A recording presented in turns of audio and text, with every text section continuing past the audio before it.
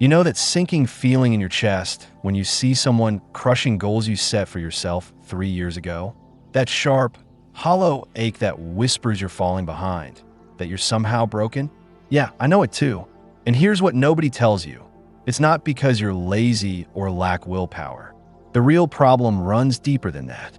Today I'm sharing 7 ancient practices from legendary samurai warriors like Miyamoto Musashi and Yamamoto Tsunetomo that completely flip our modern understanding of productivity on its head. And here's the twist. These techniques aren't about grinding harder or punishing yourself into submission. They're about something entirely different, something most people never discover. So let me tell you a story. A few years back, I was drowning. Not literally, but you know the feeling. My desk looked like a paper tornado hit it. My unread books stared at me like disappointed friends. And every morning I'd wake up promising myself today would be different. Today I'd finally start that exercise routine. Today I'd meditate. Today I'd be productive. But by noon, I'd already be scrolling mindlessly, that familiar guilt settling in my stomach like a stone. Sound familiar? Then I discovered something the samurai understood centuries ago, something they called Kaizen. It means continuous improvement, but forget the corporate buzzword version you've heard. The real Kaizen is radically simple. It's about getting 1% better each day. Just 1%. Not 10, not 51. Think about it. What if you didn't try to read 30 books this year? What if you just read 1 chapter today? What if you didn't commit to an hour at the gym, but just 5 minutes of movement? The samurai knew something we've forgotten in our age of overnight success stories and viral transformations. They knew that small steps taken consistently create warriors. Grand gestures create burnout. So I tried it. 1 chapter a day. Just 5 minutes of sitting quietly with my breath. Breaking my overwhelming projects into tiny, almost laughably small chunks.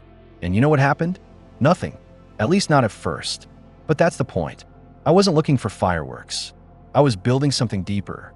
3 months in, I'd finished 4 books. My meditation practice felt as natural as brushing my teeth. My workspace was organized, and my projects were actually moving forward. Not because I suddenly found motivation or willpower. Those are as unreliable as the weather. But because tiny actions, repeated daily, had rewired my entire operating system. But here's where it gets interesting. The samurai didn't stop there. They practiced something called Mushin, which translates to no mind. Before you think this sounds too mystical, hear me out. Have you ever been so caught up replaying yesterday's embarrassing moment or rehearsing tomorrow's difficult conversation that you completely missed what's happening right now? That's the opposite of Mushin. Picture a samurai in combat. If he's thinking about his last mistake or worrying about his next move, he's already lost. Mushin is about being so fully present that your actions become instinctive, efficient, effortless. It's that state where time seems to slow down and everything just flows. I started practicing this during my workday. 5 minutes of just breathing, watching my thoughts drift by like clouds without grabbing onto them. At first, my mind was like a hyperactive puppy bouncing everywhere. But gradually something shifted. When I returned to my work, I noticed I could focus deeper, move faster, think clearer. Those hours I used to spend in shallow, distracted work, they transformed into periods of genuine flow. The truth is, most of us spend our entire lives trapped in our heads, either replaying the past or rehearsing the future, never actually living in the only moment that's real, this one. Then there's Fudosan, the immovable mind. Life has this way of throwing curveballs right when you think you got it figured out, doesn't it?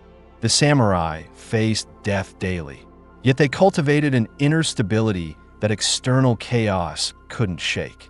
Not because they pretended problems didn't exist, but because they knew the difference between what they could control and what they couldn't. I learned this the hard way during a brutal job restructuring. My entire department was getting gutted, my role was uncertain, and I felt that old familiar panic rising. But instead of spiraling, I remembered Fudosan. I started journaling every morning, processing the swirling thoughts and fears. I listed 3 things I was grateful for, even when gratitude felt impossible. And most importantly, I focused only on what I could actually control: my applications, my skills, my network, my attitude. The situation didn't magically improve, but I moved through it with a steadiness I didn't know I had. That's Fudosan, not pretending the storm isn't raging, but being the calm center inside it. The samurai also practiced Hosan, which is about strategic preparation. It's the difference between being blindsided by life and being ready for whatever comes. Think about it this way. If you're about to give a major presentation and you only prepare for the best-case scenario, what happens when someone asks that difficult question you didn't anticipate? You freeze. You panic. But if you've thought through the likely challenges, played out different scenarios in your mind, you stay composed and confident. This isn't about paranoia or worst-case thinking. It's about intelligent readiness. Before important moments, I started asking myself what could go wrong and preparing responses. Not to obsess, but to free myself from the anxiety of uncertainty. When you've already mentally rehearsed the challenges, they lose their power to derail you. Now here's one of my favorites, Shosen, the beginner's mind. Have you noticed how kids learn fearlessly? They fall down learning to walk and just get back up. No shame, no overthinking, just pure curiosity and persistence. Then somewhere along the way, we become adults who are terrified of looking stupid, who avoid new things because we might not be immediately good at them. The samurai, despite their mastery, approached each day with the humility and openness of a beginner. They knew that the moment you think you know everything, you stop learning. You stop growing. You become rigid and stuck. I experienced this switching from a sport I'd done for years to a completely new discipline. Suddenly, I was the clumsy one, the beginner stumbling through basics while others flowed effortlessly. But my growth exploded because I had to be humble, had to be curious, had to embrace not knowing. That's Shosen. It keeps you flexible, hungry, alive. And speaking of being alive, let's talk about Wabi-Sabi, finding beauty in imperfection. We live in this filtered, edited, perfected world where everyone's highlight reel makes our behind-the-scenes look pathetic by comparison. We chase flawless outcomes and beat ourselves up over every mistake, every flaw, every imperfection. The samurai understood something profound. Perfection isn't just impossible, it's not even desirable. There's a richness in the weathered, the worn, the imperfect. A handmade bowl with a slight asymmetry tells a story that a factory perfect one never could. Your struggles, your mistakes, your imperfections, they're not obstacles to overcome. They're part of your unique beauty. I used to agonize over my creative work, endlessly tweaking and revising, never satisfied. Then I started embracing Wabi-Sabi. I let the rough edges show. I released work that was good enough rather than perfect. And you know what? Not only did it free me from paralyzing perfectionism, but my work became more authentic, more human, more real.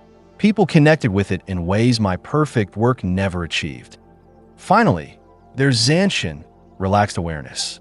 Imagine you're in a meeting and you're so locked into your own thoughts about what you're going to say next that you completely miss the tension in the room, the subtle shift in energy, the unspoken concerns.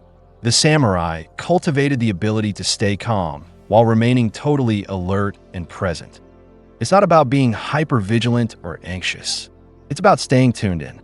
When I practice Zanshin in conversations, I notice things I used to miss. The way someone's voice changes when they're uncertain, the pause before they answer, the words they choose. This awareness makes me a better listener, a better collaborator, a better human. These 7 practices barely scratch the surface of what the samurai understood about mastering yourself. But here's what matters. You don't need to become a warrior or abandon modern life to use them. You just need to start small. Pick one. Maybe it's Kaizen, that 1% improvement today. Maybe it's Mushin, taking 5 minutes to just breathe and be present. The samurai didn't defeat laziness with willpower or motivation. They transformed it with practices that changed who they were at their core. And that same transformation is available to you right now, in this moment. Not tomorrow, when you're more ready. Not next Monday, when you'll really commit. Now, Because the real question isn't whether you're lazy or disciplined, successful or failing. The real question is whether you're willing to take one small step in a new direction and then another and another until you've become someone you never thought possible. Someone who doesn't need to rely on fleeting motivation because they've built something deeper, wisdom, presence, and practices that carry them through anything. That's the samurai's real secret. And it's yours now too.